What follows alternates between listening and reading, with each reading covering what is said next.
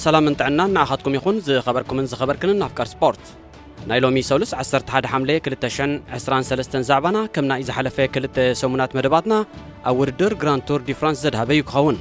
بز مسرت ابزي فنونا حيدت فلي زبل حبريتا بزعبا قدامت عوتا تور دي فرانس حصير صبصاب مبل 110 وردر تور دي فرانس كمون نيكونتات ايرتراو بينيام جرماي ابزي وردر زن بمطنو كندسسينا بتي قداماي كنجمرينا كساب مفصمتا مدبنا كتكتاتلونا كموترو بخبري نعدمكم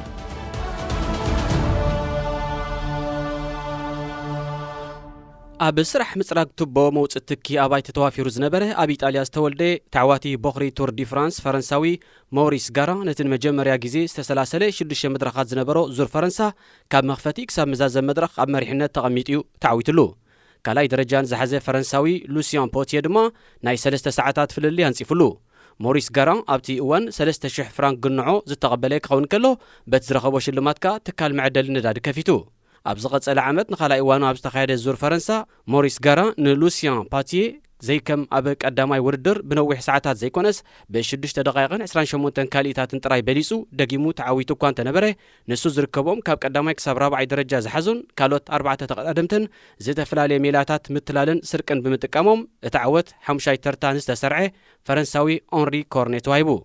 ابتوان ادميو 19 عام زنبره اونري كونري اب تاريخ زور فرنسا تبعد مزناسي او تقدادمايو تعواتي زور فرنسا شحنشعة 205 فرنساوي لوي تروسيلي نابزيز دا مقلو سالساي وردر زور فرنسا كاتون كلو كاوت هدرنا فقط توهيبو يمسيو كابتن تدالين زنبرا 11 مدرخاتكا نتن 3 بعلو تعويتلن نسو اب دروتي حفشاوي عوت زور فرنسا زخونه لمشت كستن كقامرن كم زحدره اب تليت دما نتن صباحيتو ملكع شلمات كرخبو تمديبو زنبرا غنزب اقديمو بطلع كم زخسرون ينغرلو لوي تروسلي دحري عوتو دقيمو ناب وتهدرنا كم زتملسه يحبر تعواتي زور فرنسا شحنشعة 106 ريني بوتي اتنكو مريحنا زور فرنسا چبيطنا هلوه نوردرو زقوارصه تقدادمايو حدا عمت بدحرزي بمغنيات مهسيتي زقوارصلو ودرغن اب حمشته كابتن 13 مدرخات نايت وددر قداماي كوينو اب رأس متاو بحفشاو دمر دما تعوات كوينو ريني بوتيه نسو اوردر اب زنبر الاوان بعلت بيتو مس كال سباي صتاو زمدنا مسريتا كم زنبرت دحر مفلاطو اب طريش 907 بدحري حمشته اوارح ناي عوتو مخانيو بشكلتو اب تنطلطللو عن قريبو جمد مسقال تحانيقو بجزا ايدو هيوتو حليفو زور فرنسا شحنشعة 107 كمون شحنشعة 108 لوسيان بيتي بريتون بمكتتال نيكل تعامتات عور زور فرنسا زخونه ناي مجمريا تقدادمايو ازي فرنساوي حقنيا سمو لوسيان بيتي بريتون زي كونس لوسيان مازانيو ابو ابقرد مشكله كساته فيداليو سلازينه برغن بولاديو نخيفلت كال ناي فطرا سم تطقيمو كودادر تقسيبو نسو نخلاي غيزي ابز تعوتلو عامته شحنشعة 108 اب حموشه مدرخات قداماي ترتا ابرسي محزو اب كلتي تدالي زنبره 14 مدرخات كاب قداماي كساب رابعي اب زلو درجاتات اناتوي وديو بيتي بريتون اب اوان قداماي كينات عالم اب سرايت فرنسا كم مرحمه كينا خوينو اناغلغلن كلو تقتيلو نبيتي بريتون سعبو اب زور فرنسا شحنشعة 109 استعوته فرانسوا فابرون اب قداماي كينات عالمي هيوتو سينو نسون استوقع بتصايو تسكيمونا وصن كلو بدحريو بستتكوسلو طي تهاريمو كم زموتاي زرب ازي زيغا لوكسمبرغ زخونه تقدادماي اتناي فلما زي فرنساوي عوت زور فرنسايو 1 مترون 82 سنتيمترن قومتون استاتيسان 1 كيلوغرام ميزانن زنبرو غلبوت سبورتاوي فابر اب حموشه تخاتلتي مدرخات زور فرنسا قداماي كوينو بمعواتو اب مزغب تاريخ سفير يركب حماق قطامو خوينو دحري عوت فابر اب زقصله عامت 1910 غوبلل زور فرنسا زخونه فرنساوي اوكتاف لابيزون اب كويناتي تقتلو نسو اب قداماي وقع علم نفاريت كوينات نابرن كلو تهريمو ناب مريت تحر مرادو اب هوسبيتال مسبصحه بسرتي زوردو كبيد مقسلتي عارفو لابيز اب زور فرنسا نفلما وان اب فتاني امباتات بيراني زرغصلو عامت نحده اكل امباتات بيراني زخونه بريخ بوتا تورماليت يحقرلو اب زنبر وان تعقب امنا كاب مترارو استلعله ادالوتي نايت تور نسخم قتلت سبيخم الو كم زغوا بعلم يترخلو ኣዳለውቲ ዙር ፈረንሳ ምኽንያት ክብደት እምባታት ፒረኔ ንሳዕበ መረረ ተቐዳደምቲ ዕሽሽ ብምባል ንእምባታት ኣልፕስ እውን ደጊሞም ኣብቲ ውድድር ኣብ ዘእተውሉ ዓመተ 1911 ዕውት ኮይኑ ዝወፀ ፈረንሳዊ ጉስታቭ ጋሪጎ እዩ።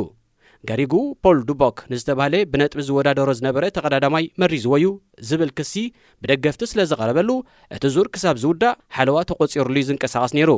ድሕሪኡ ዝተገበረ ምፅራይ ግን ጉስታቭ ጋሪጉ ኣብቲ ንፖል ዱቦክ ግዳይ ሕማምን ሃልዋት ምጥፋን ዝገበሮ ምምራዝ ማይ ኢድ ከም ዘይነበሮን ንጹህ ምዃኑን ተረጋጊጹ። ቤልጂማዊ ፊሊፕ ታይስ ኣብ ታሪኽ ዙር ፈረንሳ ን3 ዓመታት ክዕወት ዝኻለ ናይ ፈለማ ተቐዳዳማ እዩ። ኣብ 1913 1914 ከምኡውን 1920 ኣርሓ ዙር ፈረንሳ ዝኾነ ታይስ ቅድሚ ቀዳማይ ውግእ ዓለም ዝተዓወተ ናይ መወዳእታ ተቐዳዳማይን ሓደ ካብቶም ካብቲ ኩናት ብህይወት ሰሪሮም ስፖርታዊ ሞዮኦም ክቕጽሉ ዝኽኣሉ ሒደት ዕውታት ዙር ፈረንሳን እዩ። ኣብ ዙር ፈረንሳ 1919 ከምኡውን 1922 ዝተዓወተ ቤልጂማዊ ፌሚን ላቦት ንኻልኣይ እዋን ዘውዲ ሻምፒዮን እዚ ዙር ኣብ ዝደፍኣሉ ዕድሚኡ 36 ዓመትን 4 ዋርሕን ብምንባሩ ኣብ ታሪኽ ዙር እቲ ብዕድመ ዝደፍአ ዕውት ተቐዳዳማይ ብምዃን ንልዕሊ 100 ዓመታት ዝቐጸለ ክብረ ወሰን ጨቢጡ ይርከብ። ቅድሚ ክልተ ሰሙን ኣብ ዝነበረ ፈንወና ቅድሚ 1930 ዓ.ም ኣብ ዝነበረ ግዜ ሓደ ተቐዳዳማይ ኣብ መንጎ ውድድር ብሽክለታ እንተዳኣ ተበላሽያቶ በዘይ ናይ ዝኾነ ይኹን ካልእ ሓገዝ ንብሽክለቱ ባዕሉ ክዕርያ ከምኡውን ካልእ መተካእታ ብሽክለታ ከይቀየረን ጉዕዙ ንኽዓምም ይቕሰብ ከም ዝነበረ ገሊጽናልኩም ከም ዝነበርና ዝዝከር እዩ። ሓደ ካብቲ ሽዑ ስራሓሉ ዝነበረ ተወሳኺ ሕግታት ድማ ሓደ ተቐዳዳማይ መንኮርኩር ብሽክለታ ምስ ዝነፍሶ ወይ ምስ ዝበላሸዎ ነቲ መንኮርኩር ክትከኦ እንተደኣ ኮይኑ እቲ መንኮርኩር ካብ ጠቕሚ ወፃኢ ከም ዝኾነ ነቶም ኣዳለውቲ ከርዮም ኣሎ ዝብል ነበረ። ዕውት ፈረንሳ 1921 ቤልጂማዊ ሊዮን ሲዮር ሓደ ካብቶም ግዳይ ዝሕግዚ ዝኾኑ ተቐዳድምቲ እዩ። ንሱ ኣብ ዝተጠቕሰ ዓመት ቅድሚ መዛዘመ ዕለት ኣብ ዝነበረት ወሳኒት መድረኽ 11 ካብ ዘንግታት ወይ ድማ ራጂ መንኮርኩር ብሽክለቱ ስለ ዝተሰባበሮ ነቲ መንኮርኩር ብኻልእ ክትከኦ ግድን ኮኖ። ይኹን እምበር ኣብቲ እዚ ክስተት ዘጓነፈሉ ኣከባቢ ነዚ ክምስክረሉ ወይ ውሓስ ክኾኖ ዝኽእል ዋላ ሓደ ይኹን ካብ ኣባላት ኣዳለውቲ ትውድድር ስለ ዘይነበረ ነቲ መንኮርኩር ብሽክለቱ ብኻልእ ድሕሪ ምትኩ ነቲ ዝተበላሸዎ መንኮርኩር ኣብ ዝባኑ ሓዚልዎ ልዕሊ 300 ኪሎ ሜትር ተጓዒዙ ኣብ መፈጸምታ በፂሑ። እዚ ዝገበረሉ ምኽንያት ድማ እቲ መንኮርኩር ካብ ጥቕሚ ወፃኢ ከም ዝኾነ ነቶም ኣዳለውቲ ምእንታን ንኸርዮም እዩ። ኣብቲ ዕለት ተቐዳደምቲ 433 ኪሎ ሜትር ዝኣክል ርሕቐት እዮም ሸፊኖም። ኦታቪዮ ቦቶቺ ኣብ ታሪኽ ዙር ፈረንሳ ንፈለማ እዋን ዝተዓወተ ኢጣልያዊ ጥራይ ዘይኮነ እቲ ንመጀመርያ ግዜ ብጫ ማልያ ካብ መኽፈቲ ክሳብ መዛዘሚ ዙር ክለብሳ ዝኽኣለ ተቐዳዳማ እዩ። እዚ ኣብ 1924 ከምኡ 1925 ዕውት ዝነበረ ስፖርታዊ ፈረንሳዊ ኦንሪ ፔሊሴ ሓዉ ቻርል ፔሊሴ ከምኡውን ሓደ ካልእ ወዲ ጋንቶም ኣብቲ እዋን ክልተ ማልያ ምልባስ ንዝኽልክል ሕጊ ብምጥሓሶም ስለ ዝተቐፅዑ ነቲ ዝተበየነሎም መቕጻዕቲ መቋም ድማ ካብቲ ውድድር ስለ ዝሰሓቡ ምውፃእ ናታቶም ኣብቲ ናይ ፈለማ ዓመት ዓወቱ ብቐሊሉ ላዕለዋ ኢድ ንክሕዝ ሓጊዝዎ እዩ። تعواتي زور فرنسا 1926 ቤልጂማዊ ሉሲያን ቡይስ ኣብ እዋን ትዙር ጓሉ ከም ዝሞተት ዘርድ መልእኽቲ ስለ ዝተቐበለ ካብ ውድድር ክእለ መዲቡ ነይሩ። ይኹን እምበር ቤተሰቡ ቅርድሙ ንኽቕፅል ስለ ዘእመንዎ መኽሮም ሰሚዑ ውድድሩ ብምክያድ ንዓወት በቂዑ። መበል 110 ውድድር ግራንድ ቱር ዲ ፍራንስ ሙሉእ ብምሉእ ኣቓልቦ ተዓዘብቱ ብምስላብን ትፅቢታትን ህንጡይነትን ተኸታተልቱ ካብ ዕለት ናብ ዕለት ብምብራኽን በቕድሚ ትማል ሰንበት ቀዳማይ ምዕራፍ ድሕሪ ምዕፃው ትማል ሶኒ ዓሪፉ ብምውዓል ካብ ሎሚ ሰሉስ 11 ሐምለ ጀሚሩ ካልኣይ ምዕራፍ ከቃኒዑ። ተሳተፍቲ ዙር ፈረንሳ 2023 ኣብዚ ቀዳማይ ምዕራፍ ኣብ 9 መድረኻት 1626.8 ኪሎ ሜትራት እዮም ዓሚሞም ዘለዉ። ዛጊት ተኻይዱ ብዘለው ውድድራት ድማ ዴንማርካዊ ተቐዳዳማይ ክለብ ዣምቦ ቪስማ ዮናስ ቪኖንጋርድ ነዚ ዝተጠቕሰ ርሕቀት ብ38 ሰዓታት 37 ደቂቕን 46 ካልኢታትን ብምሽፋን ብጫ ማልያ ለቢሱ ይርከብ። ቀንዲ መተላለኽቱ ስሎቬንያዊ ተቐዳዳማይ ክለብ ሕቡራት ኢማራት ዓረብ ታዴዥ ፖጋካር ብ17 ካልኢታት ድሒሩ ካልኣይ ደረጃ ሒዙ ይስዕበሎ። ተቐዳዳማይ ክለብ ቦራ ሆንስግሮህ ኣውስትራልያዊ ዣይ ሂንሌይ ድማ ካብ ቪንገጋርድ ብ2 ደቂቕን 42 ካልኢታትን ብነዊሕ መሓዲጉ ንፖጋካር ስዒቡ ሳልሳይ ደረጃ ሒዙ ይርከብ። ቦከጋር ነቪኖጋጋርድ ኣብ ቀዳማይ መድረኽ ብ4 ካሊታት ኣብ ካልኣይ መድረኽ ድማ ብ11 ካሊታት በሊጹ እኳ እንተነበረ ቪንጎጋርድ ኣብ ሓሙሻይ መድረኽ ተነጺፉሉ ንዝነበረ ጋግ ግዜ ኣሕዊው ተገምጢሉ ናይ 53 ደቂቕ ፍልልይ ኣንቢሩ ቦገካር ወገኑ ነዚ ካብ መቐናቕንቱ ፈልይዎ ዝነበረ ጋግ ግዜ ኣብ ሻድሻይ መድረኽ ናብ 25 ካሊታት ኣብ ታሻዓይ መድረኽ ካ ናብ 17 ካሊታት ለጠቕ ከብሎ ክኢልሎ ኣብ ዝሓለፈ ዓመት ተራእየ ሓያል ፍልሚያ ዞም ክልተ ተቐዳደምቲ ብዓብላልነት ቪንጎጋርድ ዘብቅዐ ክኸውን ከሎ ናይ ሎም ዘበን ቅልስ ድማ ብናይ መኖም ላዕለዋይ ኢድ ከም ዝፍጸም ዝስዕቡ መድረኻት ክምስክሩ እዮም ዓሚ ካብ ደቂ ጋንቱ ዣምቦ ቪዝማ ትርኑዕን ኣድማዕን ደገፍ ዝረኸበ ቪንጎጋርድ ነቲ ዳርጋ ንብሕቱ ዝቃለስ ዝነበረ ፖገጋር ኣላሽ ብምባል ብሓፈሻ ብ2 ደቂቕን 43 ካሊታትን መሪሑ ተዓዊቱ ነይሩ ሎማ ዓመት ከዓ ቪንጎጋርድ ብትሕቲ 20 ካሊታት ይመርሕ እኳ እንተሎ ኣብ ክልተ መድረኻት ካብ መንኮርኩር ቦከጋር ክተርፍ ተገዲድ እዩ እቲ ሓቀኛ ሚዛን ብቕዓት ክልቲኦም ወገናት ብዝያዳ ኣብ ዝቕጽል መድረኻት ዝዕየርን ዝልለን እኳ እንተኾነ ክሳብ ሕጂ ተራእዩ ብዘሎ ጉዕዞ ግን ቪንጎጋርድን ጋንቱ ዣምቦ ቪዝማን ካብ ናይ ዝሓለፈ ዓመት በቕዓቶም ዝነከዩ ይመስሉ በንጻሩ ቦጋካር ድማ ካብ ናይ ተጻዩ ቪንጎጋርድ ዝሓይሽ ኣቃውማ ሒዙ ዘሎ ይመስል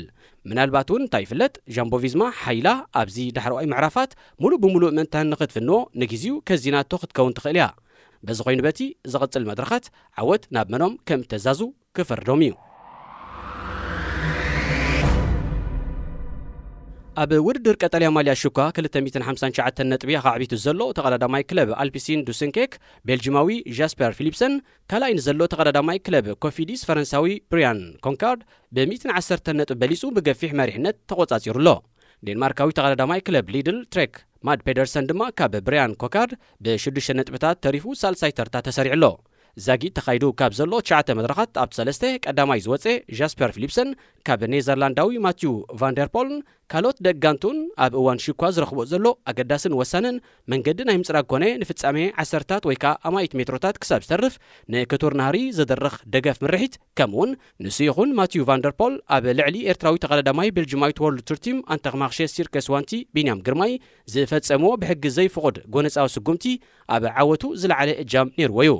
ኮሚሽነራት ውድድር ቱር ዲ ፍራንስ ብማቲው ቫንደርፖል ኣብ ራብዓይ መድረኽ ኣብ ልዕሊ ቢንያም ዝተፈጸመ ጎነፅ እቲ ተቐዳዳማይ ሒዝወን ዝነበረ ተርታ መንዚዖም ናብ ድሕሪት ብምምላስ ቀጻዕ ስጉምቲ ዝወሰድሉ እኳ እንተኾኑ እዚ መቕጻዕቲ ኣብ ልዕልቲ በቲ ጎነፅ ዝረብሐ ጃስፐር ፊሊፕሰን ዘስዓቦ ጽልዋ ወይ ጉድኣት ከምኡውን ብዓመፅ ቫንደርፖል ንዝተሃስየ ቢንያም ግርማይ ዘምጽኣሉ ጥቕሚ ብዘይምንባሩ ግን ልሙስ መቕጻዕቲ እዩ ነይሩ ኣብ ሻብዓይ መድረኽ እውን ጃስፐር ፊሊፕሰን ኣብ ሽኳ ሒዝዎን ዝነበረ ጸጋማይ ሸነኽ ሓዲጉ ናብ የማናይ ሸነኽ ብምምጻእ ንቢንያም ዓጊቱ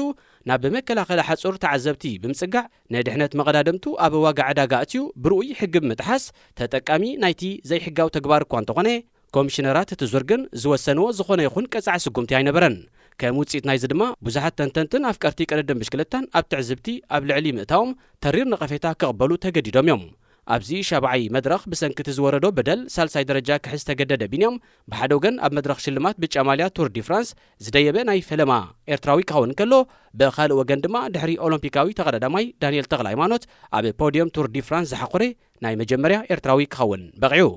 ብዘይካዚ እዚ ቢንያም ዝሓዙ ተርታ ብኤርትራውያን ተቐዳደምቲ ኣብ ቱር ዲ ፍራንስ ካብ ተመዝገበ ደረጃታት እቲ ዝለዓለ እዩ ክሳብ ዝእዋን ዝለዓለ ኤርትራዊ ደረጃ ቱር ዲ ፍራንስ ኮይኑ ተታሒዙ ዝጸንሐ ዳንኤል ተኽለ ሃይማኖት ኣብ መበል 16 መድረኽ ዙር ፈረንሳ 2015 ከምኡውን ኣብ መበል 12 መድረኽ ዙር ፈረንሳ 2016 ብተመሳሳሊ ሻብዓይ ተርታ ዝሓዘሉ ክልተ ኣጋጣሚታት እዩ